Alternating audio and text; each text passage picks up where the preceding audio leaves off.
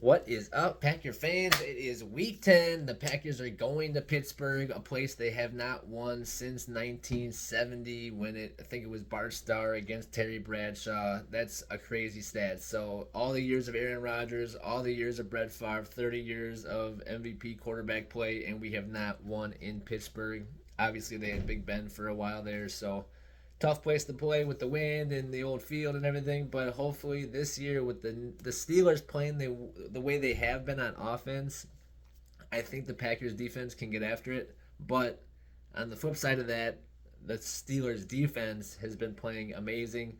Last week we had one notable name on the Rams defense. The Packers won that game 20-3, pretty much stopped their quarterback who Stafford didn't play, so Packers should have won that game. But this week, Kenny Pickett, he's got Najee Harris, he's got Jalen Warren, he's got a decent running back, he's got three decent receivers. I mean, he's got George Pickens, who's made some amazing catches, Deontay Johnson, who finally got in the end zone after like 2 years of not getting a touchdown, and then they have Allen Robinson, who the Packers fans know because he played for the Bears for a little while.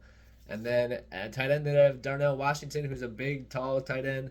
And so they do have some playmakers on the offensive side of the ball. They just haven't been able to move the ball or do much with it.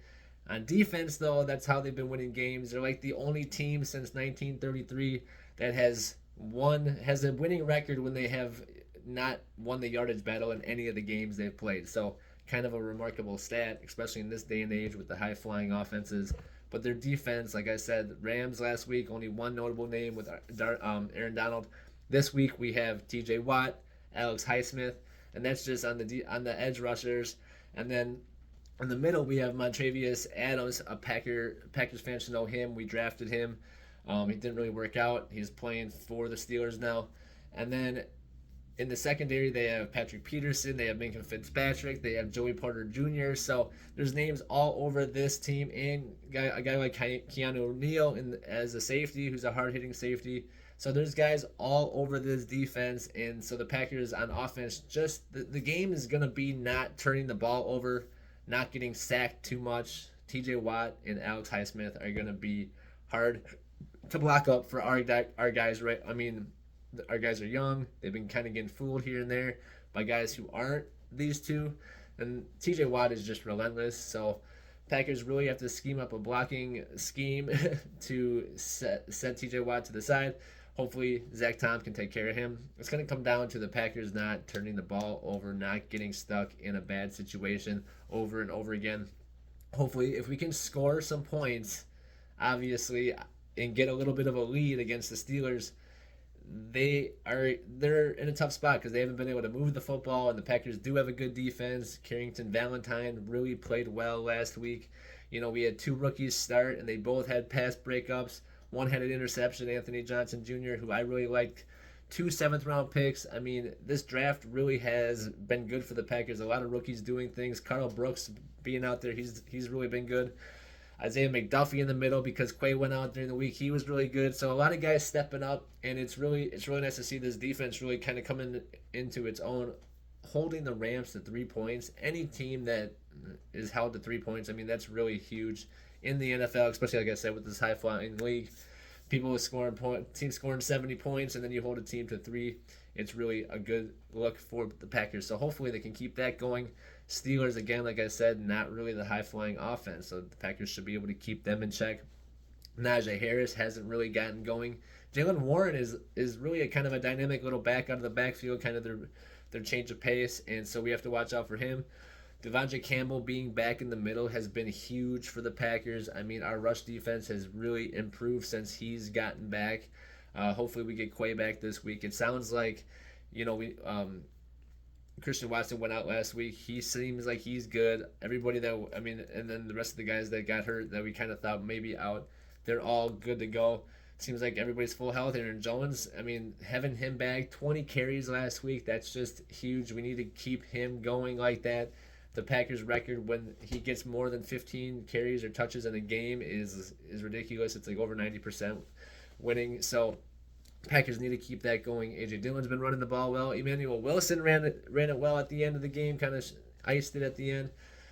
Getting Musgraves into the end zone was huge. So there's a lot of guys making plays. Dontavian Wicks, he had the catch and then the fumble. It was so weird. Like, that ball will never bounce that way again in his whole career. That was just the weirdest fluke thing ever. And then Aaron Jones had his back, and then Aaron Jones fumbled. So Packers defense really stepped up. Obviously, going up against a quarterback that, playing at Lambeau for his first time, it's kind of a tough environment against a good defense. Packers did what they needed to do, get out of there with a win. 3-5 now. They're going down to Pittsburgh, like I said, a place they have not won in decades, literally. So hopefully they can get back in the win column. Jordan Love played a really good game last week. No turnovers. He got sacked 4 times against not much of a pass rush, so he has to work on that.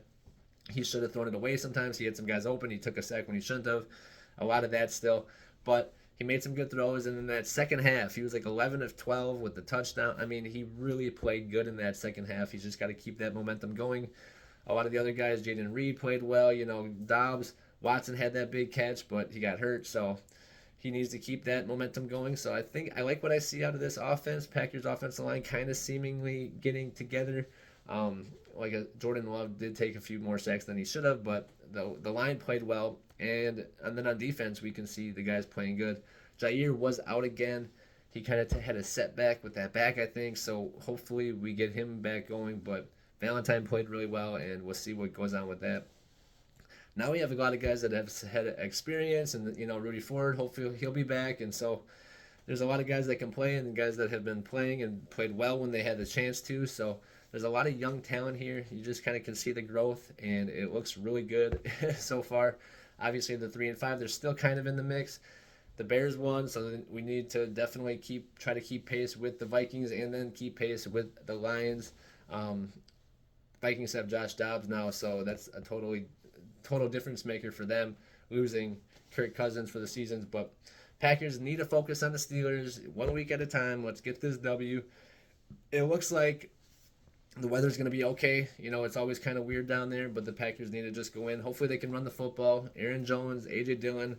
Don't give the defense or the edge rushers, T.J. Watt and Alex Highsmith, chances to rush the quarterback. They have Marcus Golden, too, who's a pretty speedy outside linebacker. So we have to make sure we block those guys up and just try to run the ball at them. I know they're both good at everything pretty much, but let's just try to maintain possession.